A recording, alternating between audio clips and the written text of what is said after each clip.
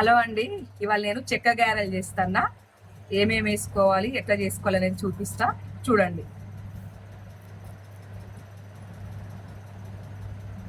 First కరివేపాకు వేసుకుందామండి.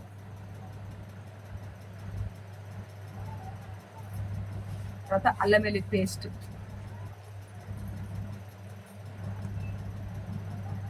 కొద్దిగా పసుపు అండి, కొద్దిగా చిటికెడు,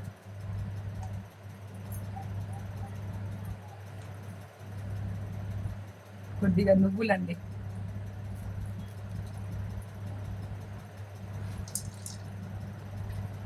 కొన్ని పల్లీలండి. కేజీన్నర పిండేనండి, అందుకే నేను కొన్ని కొన్ని వేస్తానా.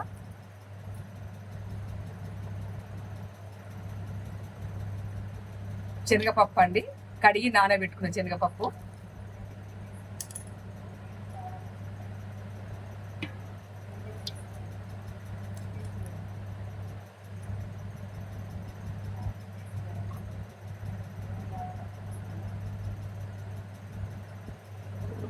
ఇది పచ్చిమిర్చి అండి, పచ్చిమిర్చి, అల్లము, పచ్చిమిర్చి, ఎల్లిపాయలు, జీలకర్ర వేసి మిక్సీ పట్టుకున్నదండి. ఇది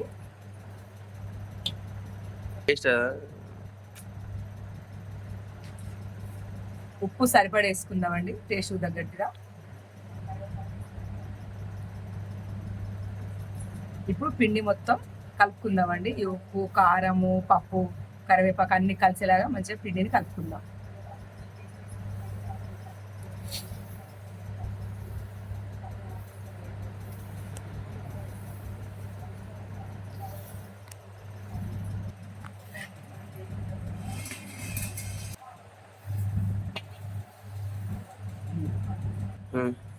ఇప్పుడు కొన్ని గోరువెచ్చగా చేసుకుందాం నీళ్ళండి. గోరువెచ్చగా నీళ్ళు చేసుకుని నీళ్ళు పోసుకుందాం. ఎందుకంటే గోరువెచ్చని నీళ్ళతో మంచిగా పిండి తీసుకుంటే చెక్క గారె మంచిగా గుల్లగా వస్తుందండి, స్మూత్గా ఉంటాయి.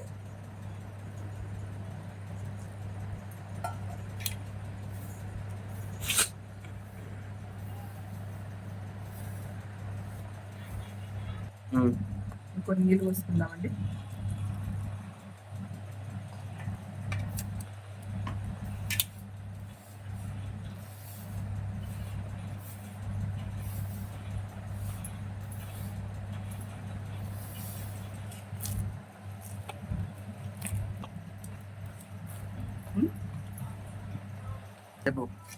ఇట్లా ఈ మాత్రం మంచిగా పిసుక్కోవాలండి. పిండి బాగా పిసుకుతే మంచిగా క్రిస్పీగా వస్తాయండి. పిండి బాగా కలుపుకోవాలి. ఈ మాత్రం పిసుకుంటే చాలండి.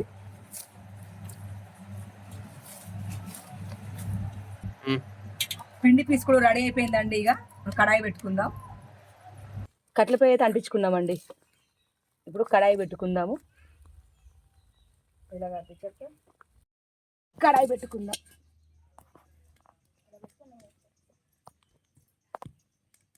కడాయి వేడిందండి, కొంచెం నూనె పోసుకుందాం. ఇప్పుడు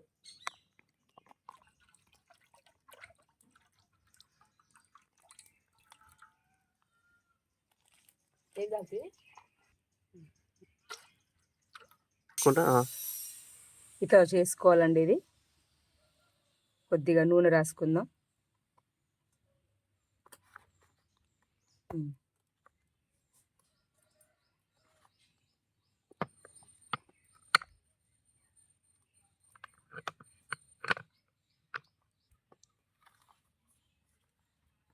ఇలా తీసి నూనెలో వేసుకుందాం.